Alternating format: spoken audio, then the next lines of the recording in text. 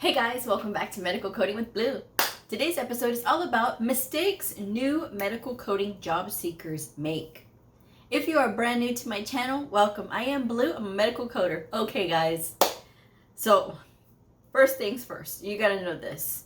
I am very blunt. And I am very blunt because we are all adults here, okay? I don't sugarcoat a lot of things because I think it's better if you are honest with people and being straightforward with the reality of the situation. Now, here's the thing. When you are out there looking for your first job as a medical coder, you're going to see a lot of job listings say that you must have 3 to 5 years experience. Everybody wants experience. Now, why is this? Because nobody wants to have to train new people.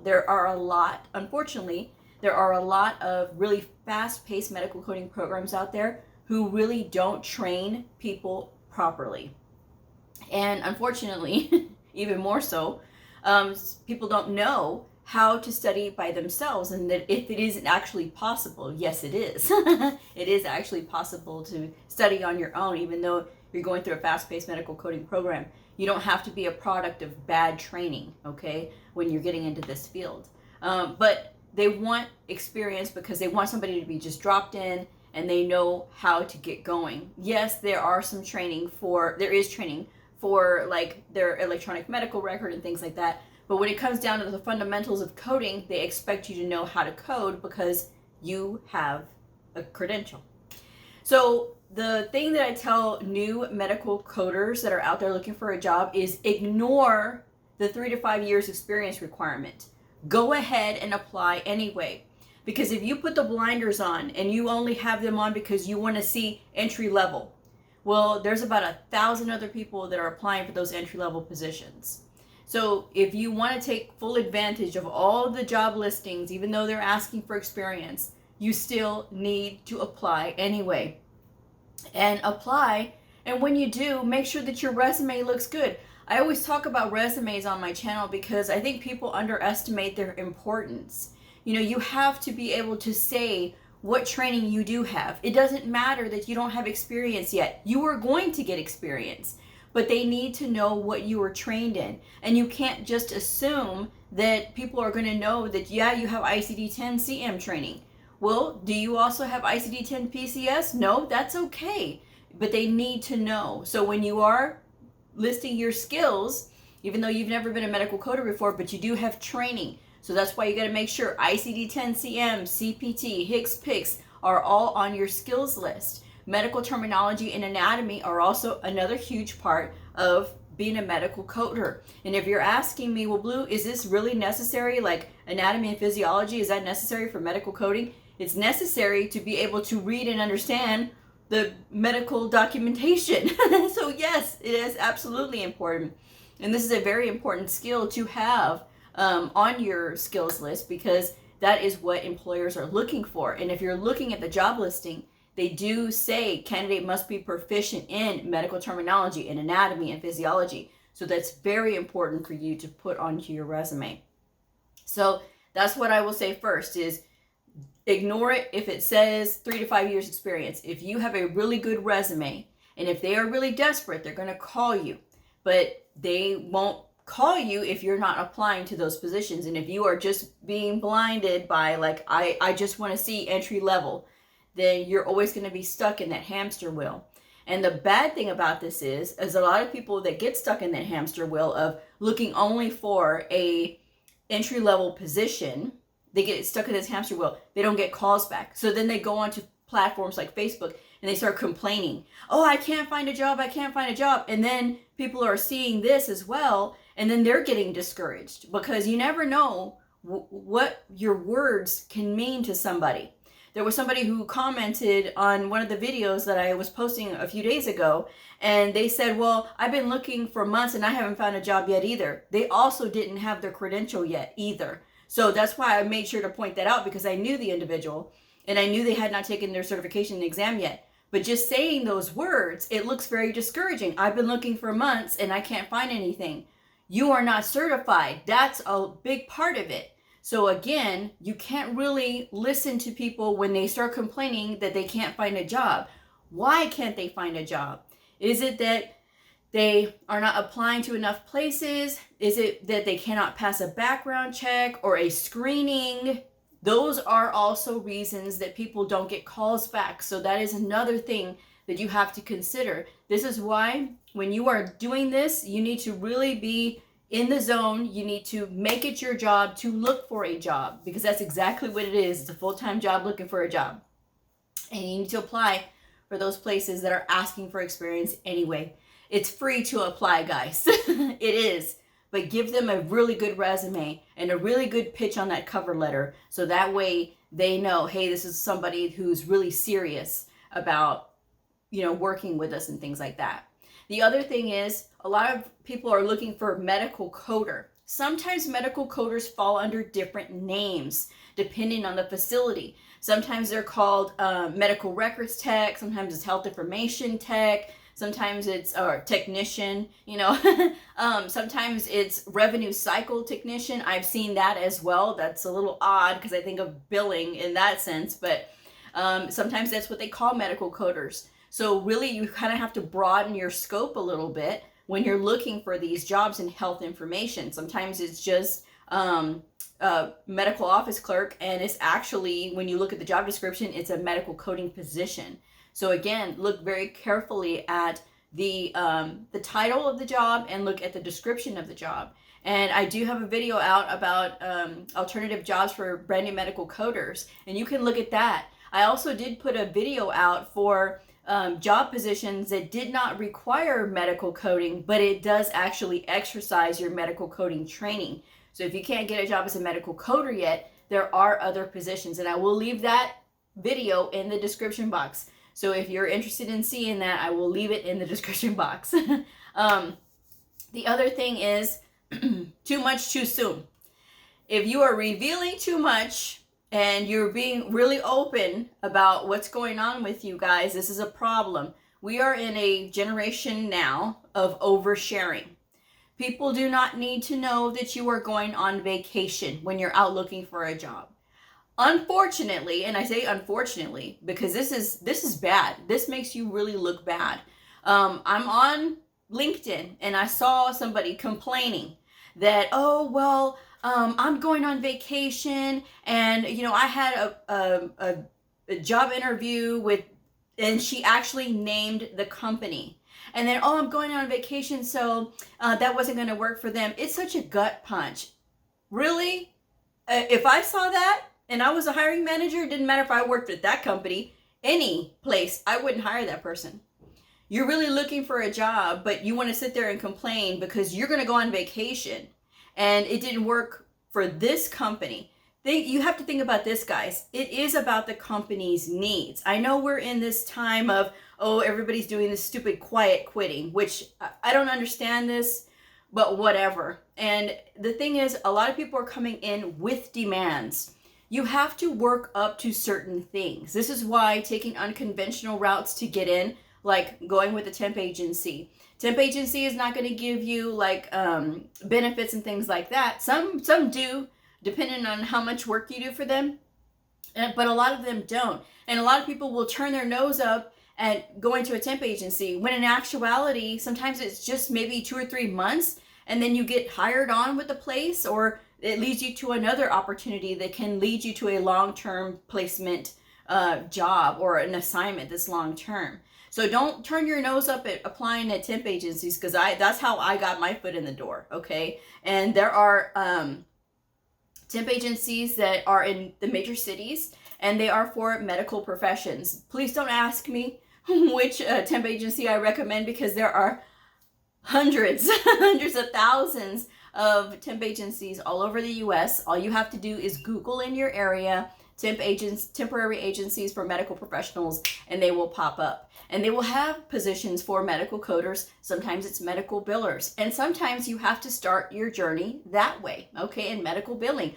or some other alternative place until you get enough experience, and then you have transferable skills for your resume, and then you can move on to a medical coding position. So that's something that you have to think about, right? This person who said this comment on LinkedIn saying, it's such a gut punch, no one's going to feel sorry for you for saying something like that. Because again, no one needs to know that you're going on vacation. She could have easily have told the company, oh, I have a prior engagement at that time. Is it okay if we schedule the interview for the following week?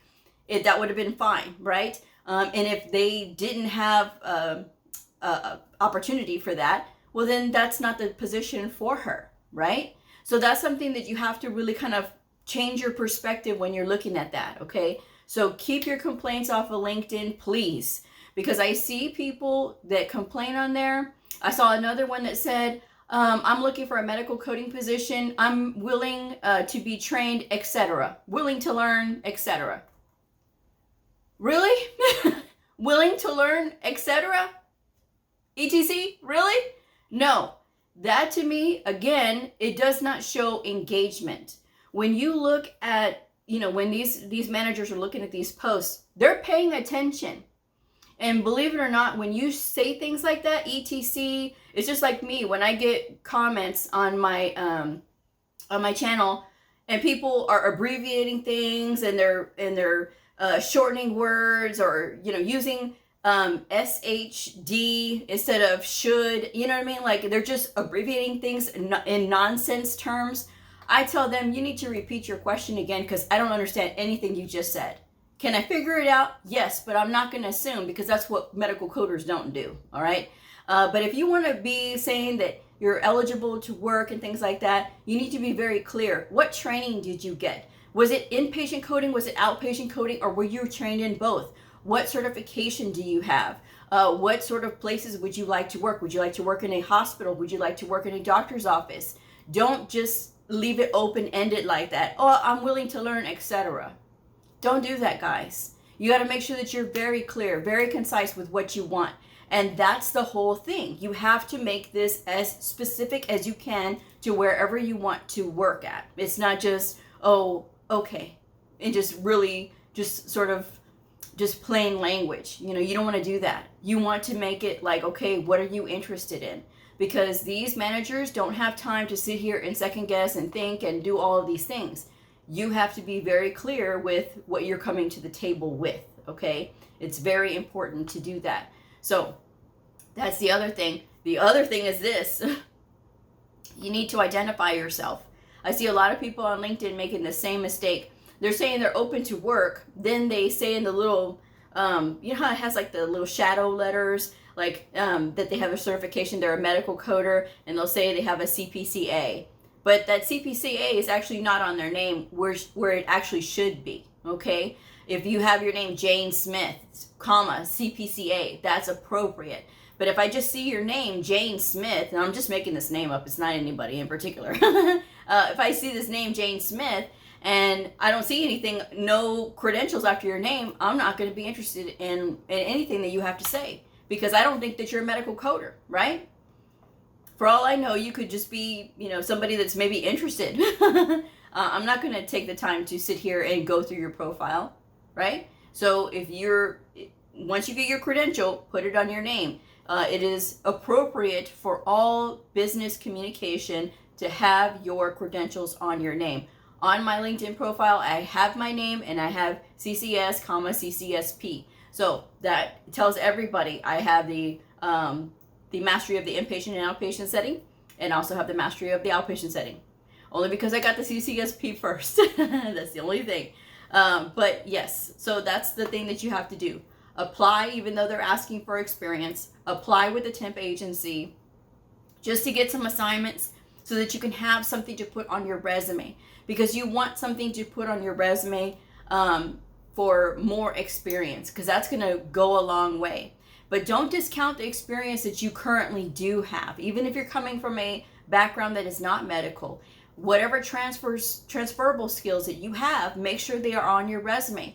I do have a video out for resume tips for brand new medical coders. So if your resume needs to be spruced up, that is a resource that is free for you.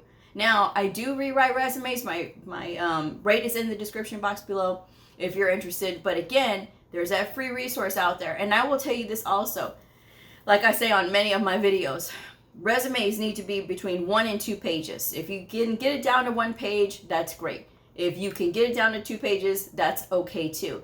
2 pages is okay because sometimes people have experience and they need their stuff goes into 2 pages. That's okay. 2 pages is all right. Do not go past 2 pages. I have seen people with resumes 4 and 5 pages long, and people on LinkedIn, oh yeah, this is a great resume. You know that's not a great resume. You know that's a terrible resume that is too long for this business. People that are doing these interviews and they're looking through these resumes, they're sometimes looking through hundreds of resumes. They don't have time to be flipping. They need to get to the meat of the potato. What do we have here? What are you going to bring to us? That is the reality of the situation. This is how employers are. They're going to look for the best candidate who can benefit their facility first. Then once you get your foot in the door, then you are able to work negotiations as far as like, oh, you want to move on to do this other thing and get another kind of position, or you want to work at home, and that's another thing too. People coming in with demands that are really kind of reserved for coders who have experience. You can't complain about not being able to find a medical coding job if you are saying, I want to work at home, I want to work part-time, I'm brand new and I have no experience.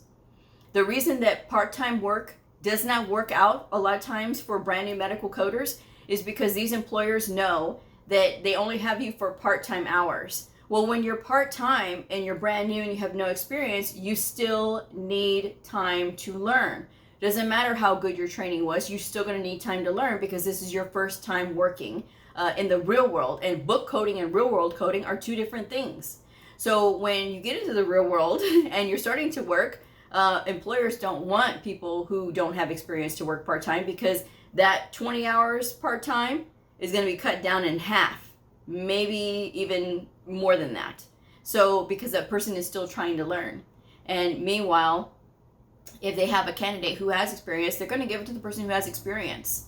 And when I see people say, well, I want to work part-time and I want to work at home, maybe 20 hours, maybe a little bit more. I don't understand why you just can't work full-time. Because when it comes to medical coding, you need to work full-time.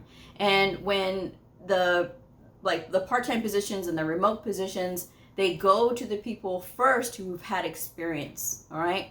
Now, yes, there are still some places that are hiring for remote medical coding.